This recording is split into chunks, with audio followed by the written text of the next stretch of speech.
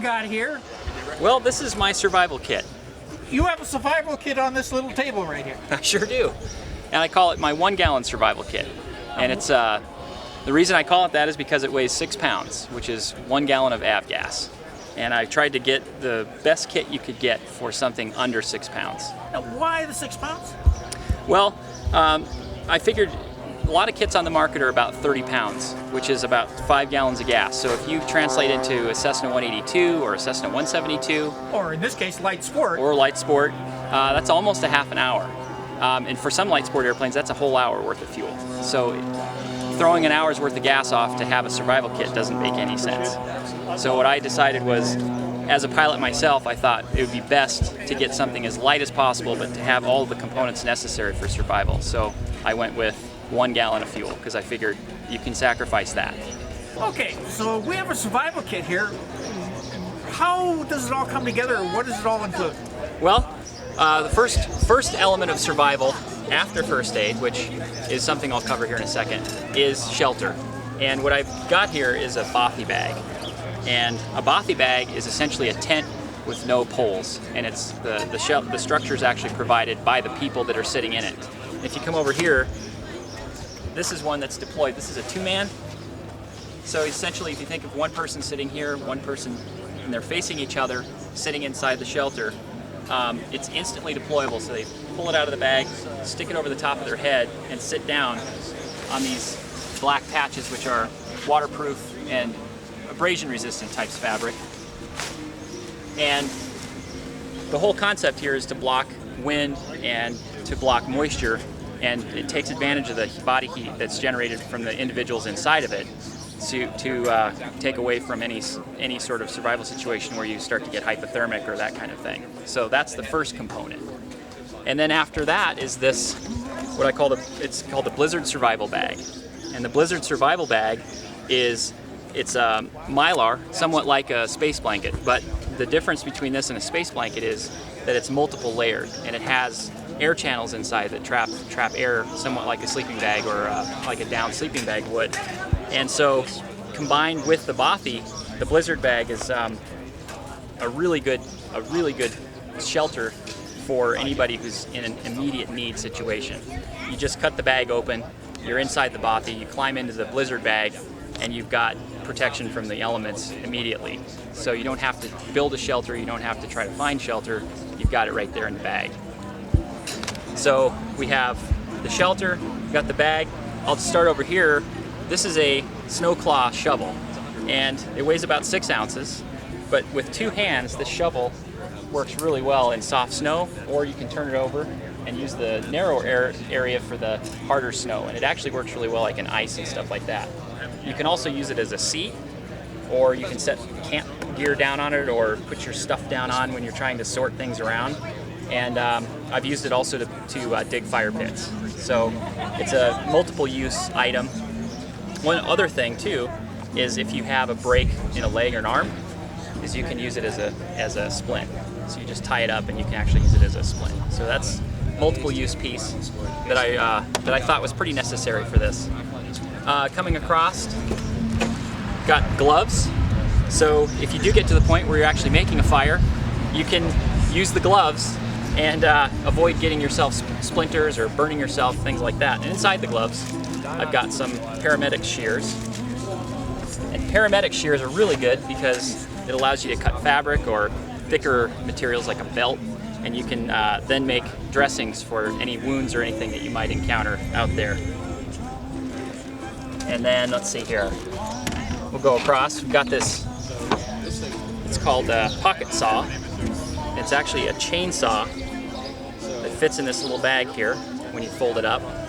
It's about 3 ounces, and I've been using this quite a bit for the last couple of months myself.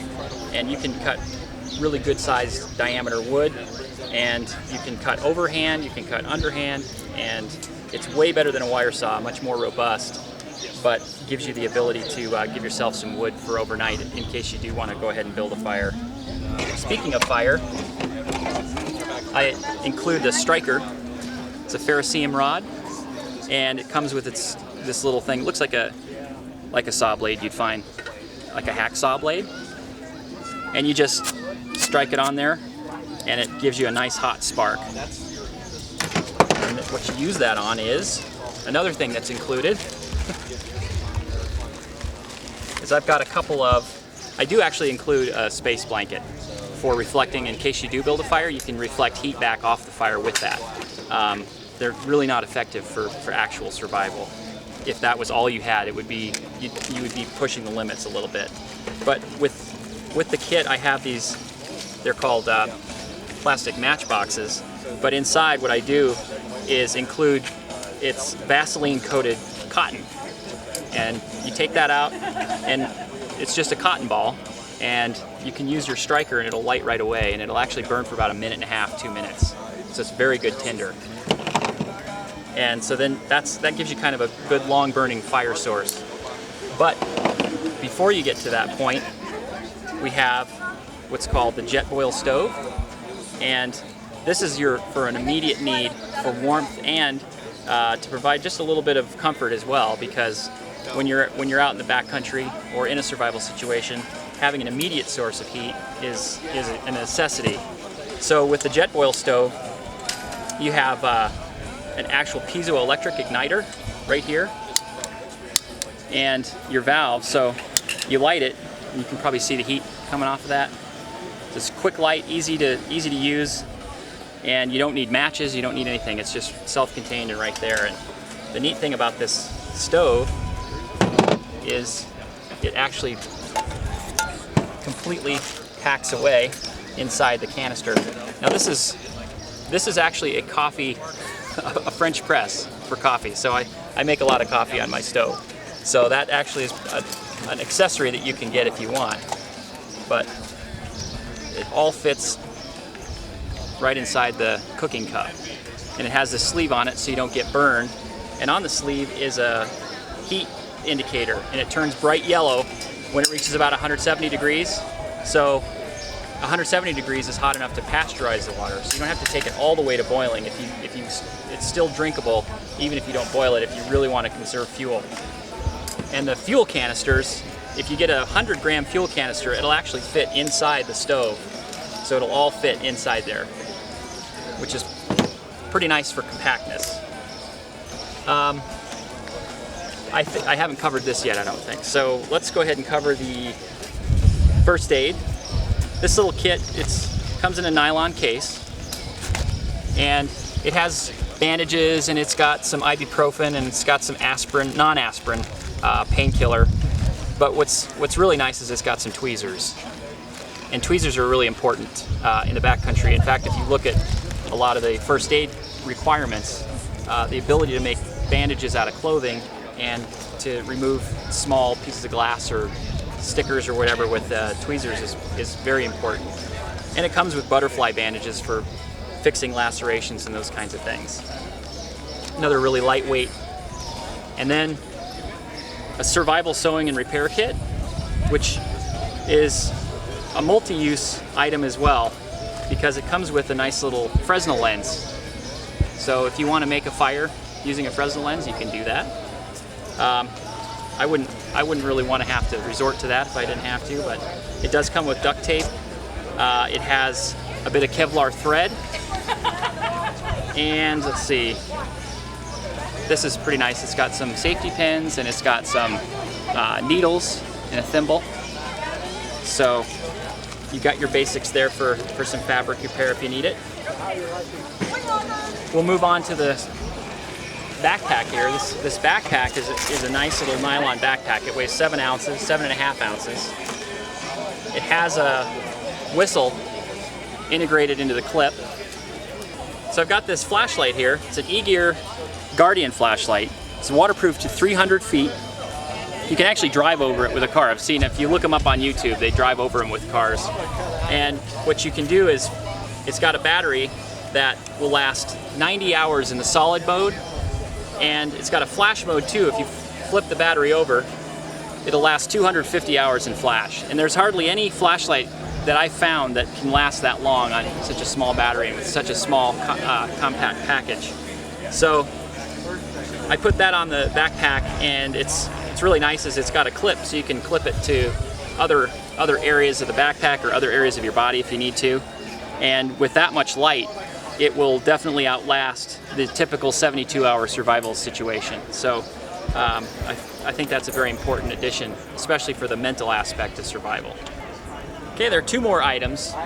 We have a compass combo, which actually has a thermometer and it has a whistle. And a lot of times people don't know how to use a compass, and it can actually be dangerous if you don't know how to use it. So the good thing about something like this being multi-purpose is you can still use the thermometer, you can still use the whistle. And to top it off, I also have a jet scream and a star flash mirror. So the jet scream whistle puts out about 120 decibels, and it's super, super loud.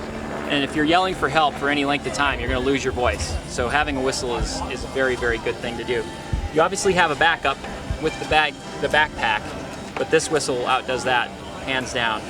And then you have a retroreflective mirror with instructions on the back on how to use it, and the little hole in the middle to help you aim, which is, it's super bright. Let's see. There we go. And that pretty much tops off the kit right there. All right, what I've got is my backpack here, and we're gonna stuff this whole kit into the backpack. So start off with the bothy bag. It just goes in there. Got your 2 sleeping bags, so this is a 2-man kit.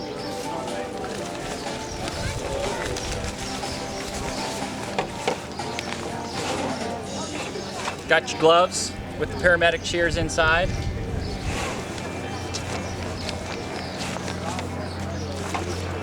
First aid kit, and then the various other items that I pointed out.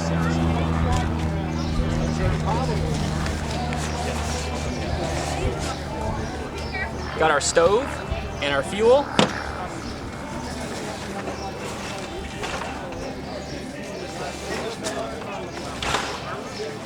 Then with the zip, it's got Velcro closure on the top. And then these little clips here are real handy because you just take the snow claw. Well, as you can see, it's pretty compact. The whole pack weighs about 6 pounds for 2 people. We can add about 1 pound and 10 ounces if you want to go for 4 people. You add 2 more sleeping bags and you're set to go. One thing I forgot to mention that's included with this are the Rollens sunglasses that have 100% UV protection. In case you are missing eye protection, it's very important to have, especially in a snowy environment. And that comes with 2 pairs of those.